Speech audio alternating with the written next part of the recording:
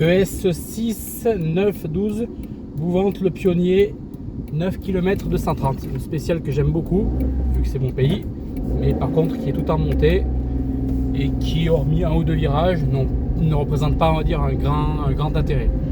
Vous jugerez par vous-même. On vient de prendre le départ.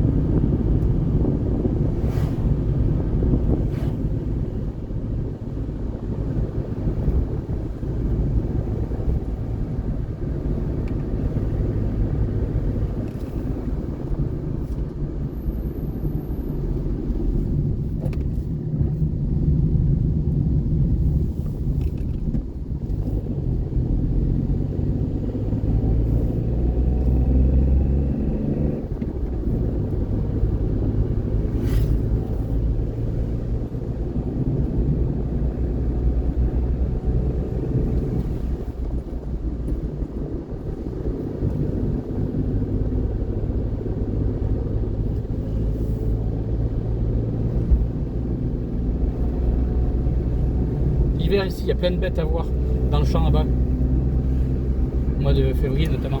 Ou alors dans cette épingle, dans le champ en haut là, elles sont cachées mais on les voit. Ça n'a rien à voir avec le rallye, mais si vous venez ici au mois de février, vous verrez, c'est sympa.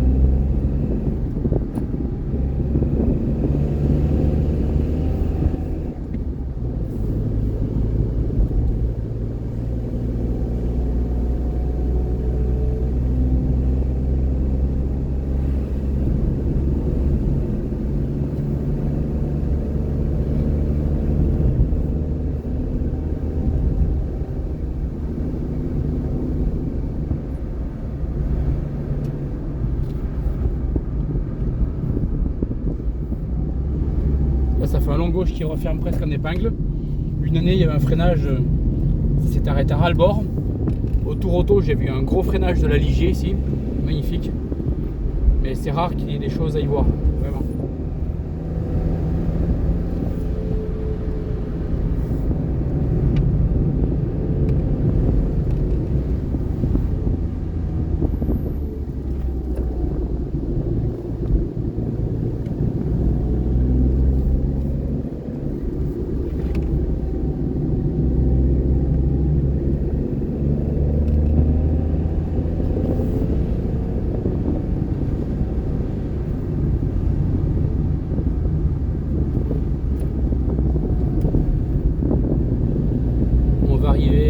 Au col de la Croix, à 3 km du départ de Bouvante.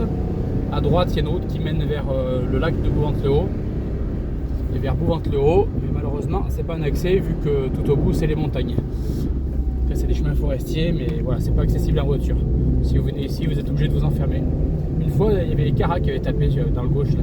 Ça ressemble pas à grand chose, mais il était sorti fort, il avait dû monter au talus apparemment. fois tous les... Et encore. Une autre année ici sous la pluie, c'était pratiquement, on dirait, de l'aquaplaning de partout. C'était relativement chaud pour passer ici. Et là, dans ce gauche, il y avait un talus. Je crois que c'était Eric Loua qui avait fait un tonneau avec la Clio. Il avait pris trop corde.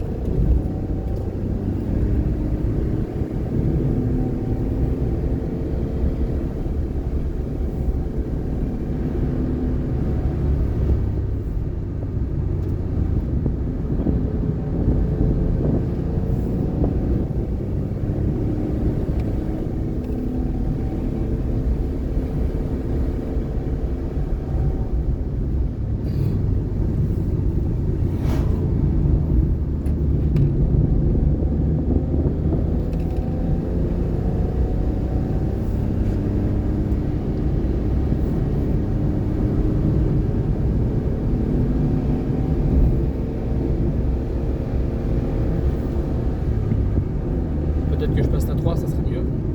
Là, on arrive dans une large épingle. Il y a longtemps, au Monte Carlo, j'avais eu 3 têtes à queue. Bruno Tigil belge, Armin Schwartz et Colin McRae. Il avait fini le tête à queue là, McRae, et il avait à peine eu le temps de mettre la marche arrière, de repartir. Moi, j'étais juste à la sortie, enfin, peut-être 15 mètres après. J'ai pas eu le temps de réagir, et quand j'ai vu la voiture repartir, qui fonçait sur moi, il a fallu que je me jette dans la neige. Il m'a crépi de terre. Et ça allait tellement vite, je m'attendais vraiment pas à ce qu'il reparte aussi vite. Je pense que la marche arrière, elle était déjà mise avant même qu'il ait fini le tête à queue. Un sacré souvenir. Dommage que j'ai pas gardé les traces sur le pantalon dédicacé par Colin McRae.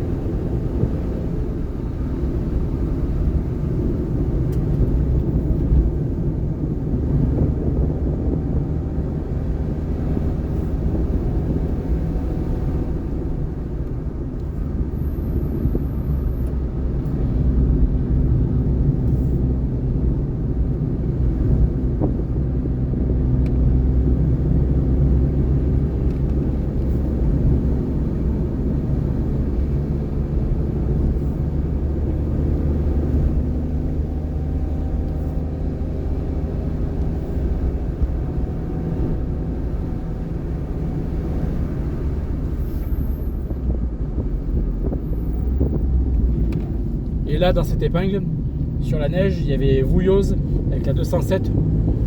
Je crois que c'était en 2011 ou 2010, qui s'était arrêté à ras les portes d'un camping, pas d'un camping-car, d'un camion de police. Gendarmerie, voilà, je vais y arriver. C'est une vidéo qui est devenue virale sur internet, on l'a vu de partout.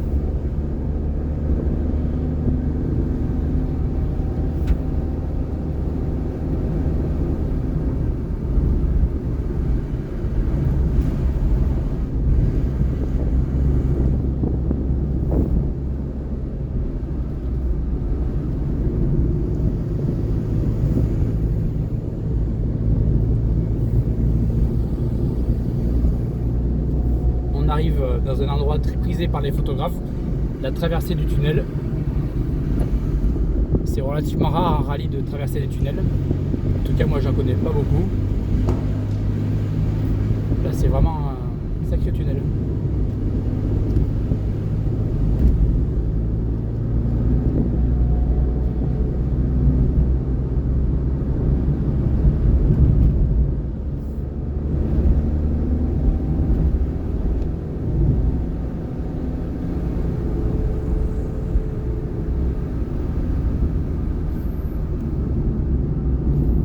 Selon gauche, ça fait un peu du goudron noir.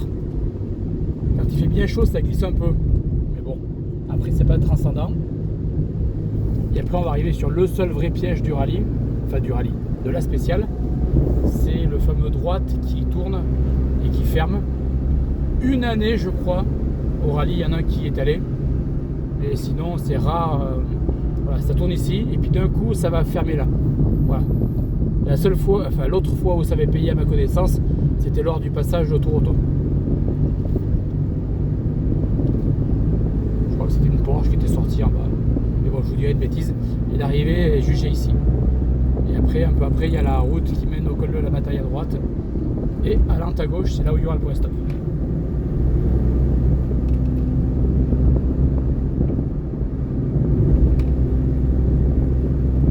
Et nous voilà quasiment arrivés au point stop. Voilà, stop, point stop, on l'a passé.